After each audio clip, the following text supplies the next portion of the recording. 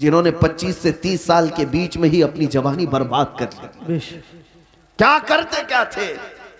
इस मोबाइल की दुनिया में दाखिल होकर उन्हें ऐसा लगता है अब कोई नहीं देख रहा है, पोर्नोग्राफी करते रहो, बेहयाई की फिल्में देखते रहो, नंगी तस्वीरें देखते रहो।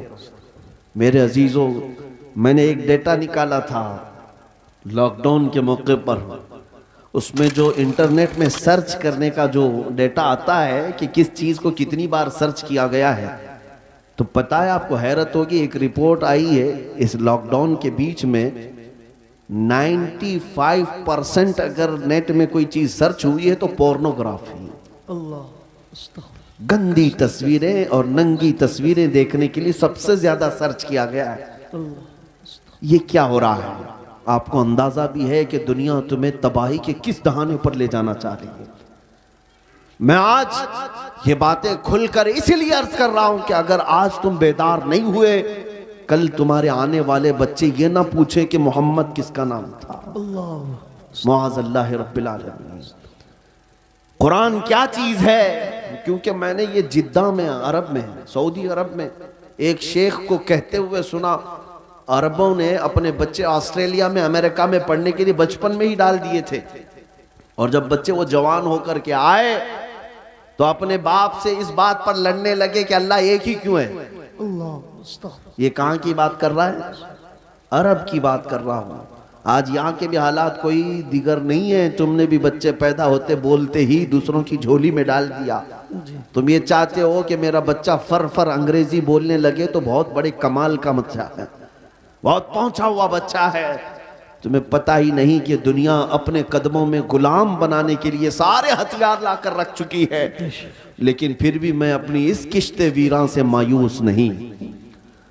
इस दुनिया ने जो करना था सब कर लिया है। आपको पता है हर स्कूल में, एजुकेशन में सिलेबस बदल करके क्या क्या चीजें जहर के तौर पर डाली जा रही हैं, क्या क्या चीजें डाली जा रही हैं। मुसलमान बच्चों के ईमान कब के तबाह हो जाए।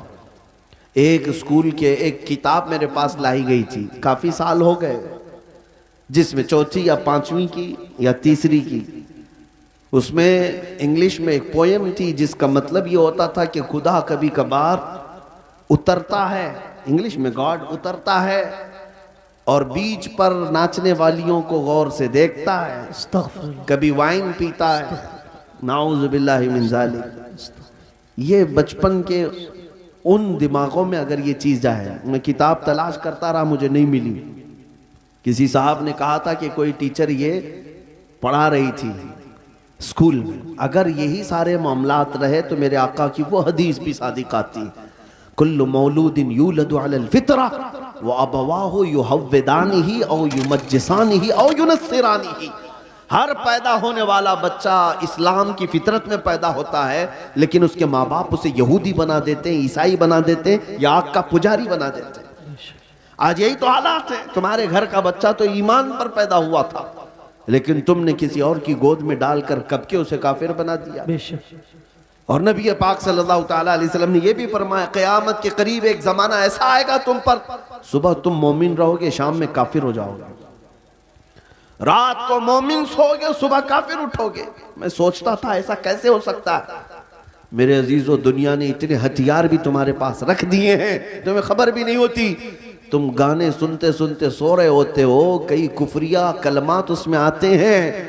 रात को तो ईमान वाले थे, सुबह सुन करके काफिर हो चुके। ये दुनिया जिसको तुम देख रहे हो, आला हजरत ने क्या खूब कहा, शहद दिखाए जहर पिलाए, कातिल डाइन शोहर कुश, इस मुर्दार पे क्या ललचाए, दुनिया देखी भाली है। ऐ नौजवानों, याद रखना एक वक्त आएगा जब हम सबको इस दुनिया को तर्क करके जाना है। इस बात का यकीन रखो कि हमारी सांसें रुकने वाली है, एक दिन हमें बांध करके ले जाया जाएगा।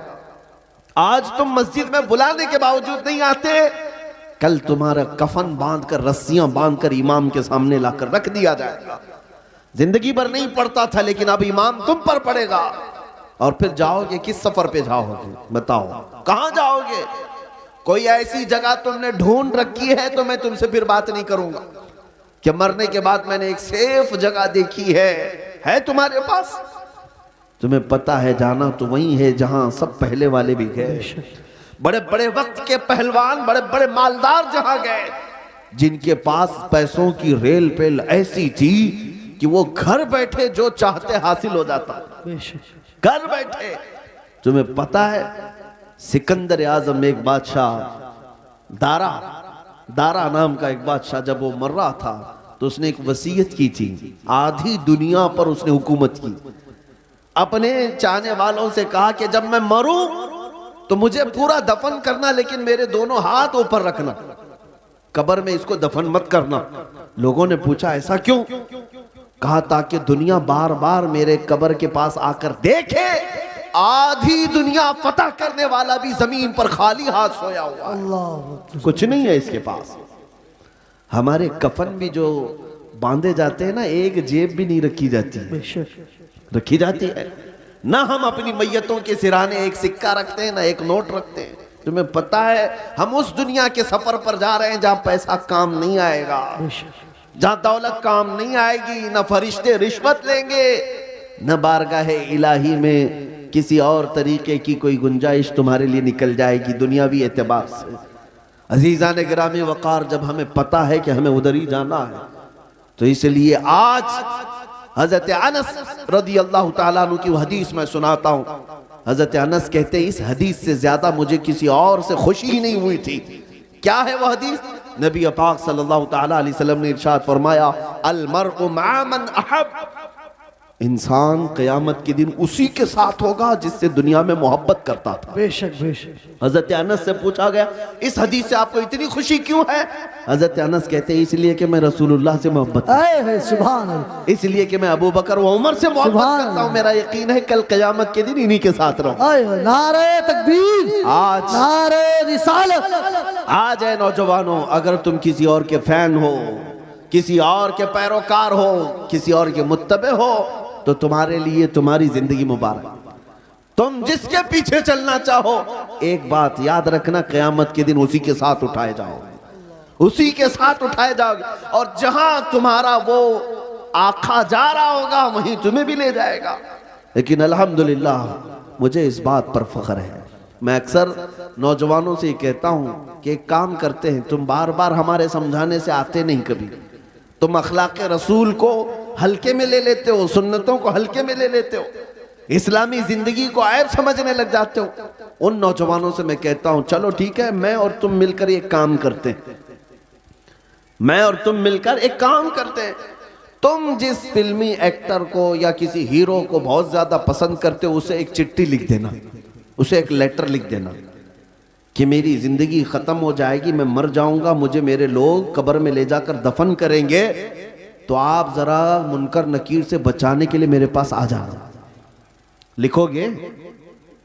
उससे लिख करके जाना और कहना सुबह शाम मैं तुम्हारी तरह से पहनता था, चलता था, खाता था, सब मैं तुम्हारी नकल करता था, जिंदगी भर में तुम्हारा फैन था, अब जा रहा हूं तो मदद के लिए कब्र में आ जाना। एक नौजवान से मैंने कहा तो हंसने लगा, कहा कि हज़रत ऐसी बात, क्या वो आ सकेंगे हमारी कब्र में?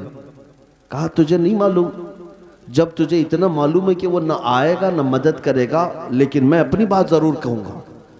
तुझे मैंने चिट्ठी लिखने के लिए उसको कहा, मैं अपने नबी पाक को लिख कर जाता हूं, सुभान या रसूल अल्लाह, मैं आपकी हर अदा पर अमल करने की कोशिश करता था, आपकी तरह खाने की कोशिश करता रहा, सुन्नतों पर अमल की कोशिश करता रहा।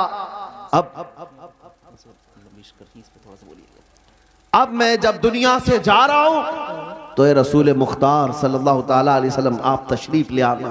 ऐ नौजवानों मुझे बताओ, क्या नबी पाक को अगर कोई दुनिया में ये बोल कर जाए तो अल्लाह के नबी कब्र में आएंगे कि नहीं आएंगे? बेशक। बल्कि हुजूर ताजुश शरिया ने लिख भी दिया, ये तो मैं मिसाल दे रहा था आपको। हुजूर ताजुश शरिया ने लिख भी दिया और अपने नबी से ये कह करके भी गए, या रसूल अल्लाह मैं मरूं तो मेरे आका, ये मलाइका से कहना, मैं मरूं तो मेरे आका, ये मलाइका से कहना, इसे कोई मत जगाना, अभी आंख लग गई। सुभान, नारे तकबीर, नारे रिसालत, मसलके आला हजरत, बस्ती बस्ती करिया करिया, बस्ती बस्ती करिया करिया।